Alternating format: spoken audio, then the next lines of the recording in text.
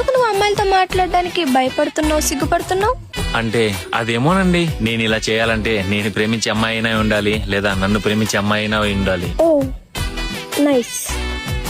అవును, ఇప్పుడు మీ ఫ్రెండ్స్ వచ్చారైతే నేనేమని చెప్పాలి? ఆ? అది మీ చేతుల్లోనే ఉందండి. రేయ్, నాకెందుకు వీడు లోపల ఏం చేయట్లేదు అనిపిస్తుందిరా. రే ఇంతసేపు లోపల ఉన్నాడు, ఏం చేయకుండా ఉంటాడారా? లేదురా, నాకెందుకో డౌట్ కొడుతుంది. పదా చూద్దాం పదా. పద. Your time is up. ఇంకొంచేపు ఉంటానండి, వెళ్ళు.